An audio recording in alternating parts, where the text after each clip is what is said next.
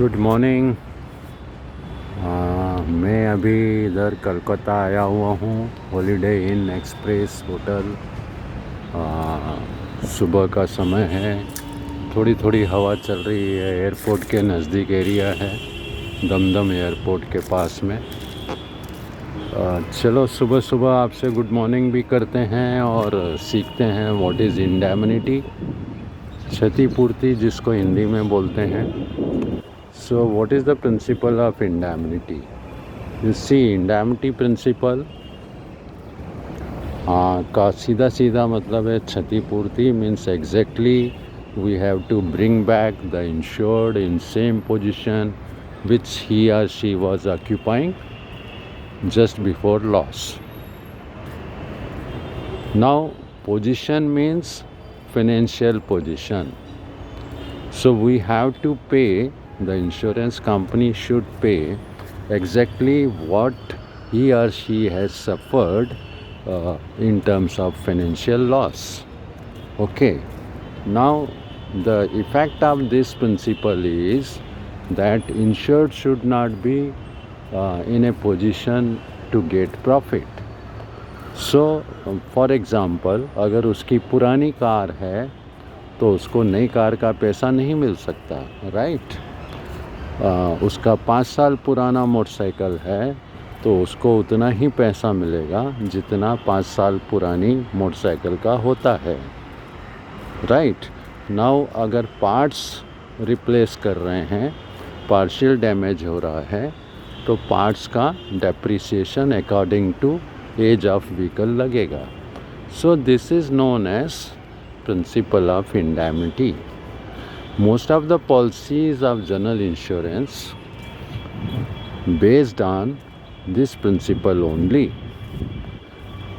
Fire, miscellaneous policies, motor policies based on market value concept. जो उस subject matter की market value है उतना हमको पेमेंट मिलेगा in case of damage or destruction due to insured peril.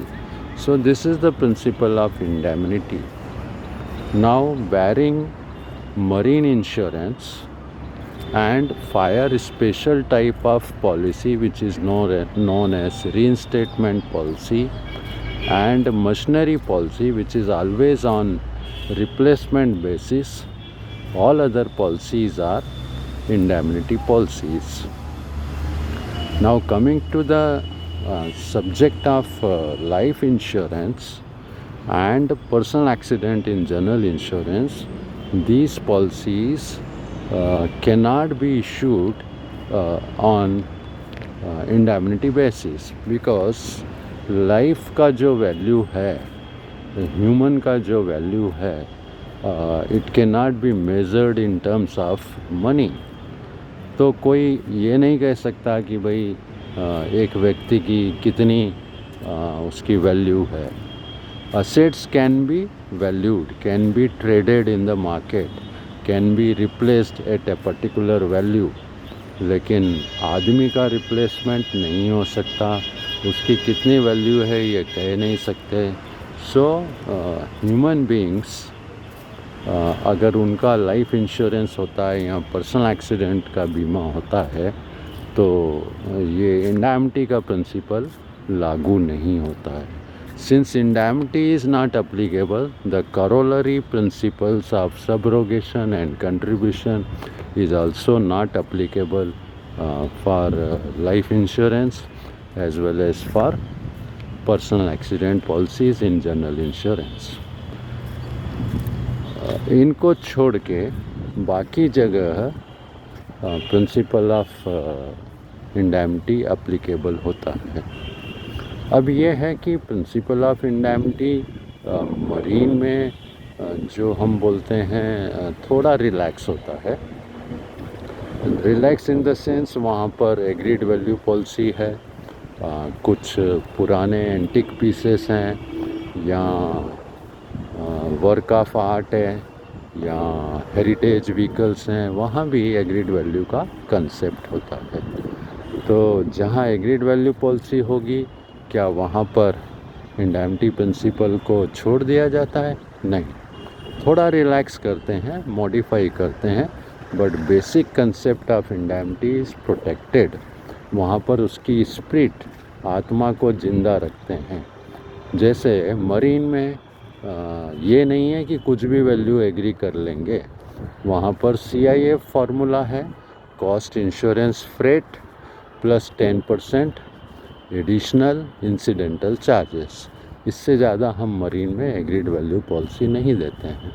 ठीक इसी तरह और भी जगह जहाँ ये प्रिंसिपल रिलैक्स्ड है, जैसे लाइफ इंश्योरेंस में अप्लीकेबल नहीं है।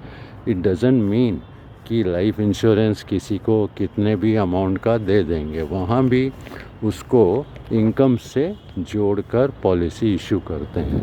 जिसकी जितनी इनकम होती है उस हिसाब से सम इंश्योर्ड उसको अलाउड रहता है। ये नहीं कि कमारा 1000 है और उसको 1 करोड़ की पॉलिसी दे दी जाए। नहीं, अमिताभ बच्चन हो या कोई फिल्म सेलिब्रिटी हो जिसकी इनकम इतनी हो, या और कोई व्यक्ति हो, अगर इनकम बहुत है तो बड़ी पॉलिसी दी जा सकती है। इनकम छोटी है तो उसको छोटी पॉलिसी दी जा सकती है। So it is based on earning capacity also. So somehow the principle of indemnity is protected. Okay, ऐसा नहीं है कि कुछ भी पॉलिसी कोई भी कंपनी दे देगी। ठीक है। Now coming to personal accident in general insurance, वहाँ भी एक से अधिक पॉलिसी दी जा सकती है, लेकिन फिर प्रपोज़ल फॉर्म में कंपनियां पूछती है कि आपकी और कितनी पर्सनल एक्सीडेंट पॉलिसी हैं। अगर वो आपने सही जानकारी दे दी है, उसके बाद भी पर्सनल एक्सीडेंट पॉलिसी कंपनी देना चाहे दे सकती है। वहाँ पर कंट्रीब्यूशन नहीं होगा, सबरोगेशन नहीं होगा, बिकॉज लाइफ इंश्योरेंस में, जनरल इंश्योरेंस की पर्सनल एक्सीडेंट पॉलिसी में कंसेप्ट ऑफ इंडैमिनिटी अप्लीकेबल नहीं होता है। Okay, so this was all about indemnity. बाकी जगह इंडैमिनिटी स्ट्रिक्टली अप्लाई होती है, ठीक उतना ही क्लेम मिलता है जितना हमारा नुकसान होता है। ठीक है। और दूसरे लाइफ में या आपके जनरल इंश्योरेंस की पर्सनल एक्सीडेंट में भी अल्टीमेटली जो सम इंश्योर्ड है, जितना मैक्सिमम वैल्यू हमने कवर किया है, उससे ज़्यादा पेमेंट नहीं हो सकता। Okay, I hope morning lecture from Kolkata will make this subject more clear. Bye bye, फिर मिलते हैं। Thank you very much.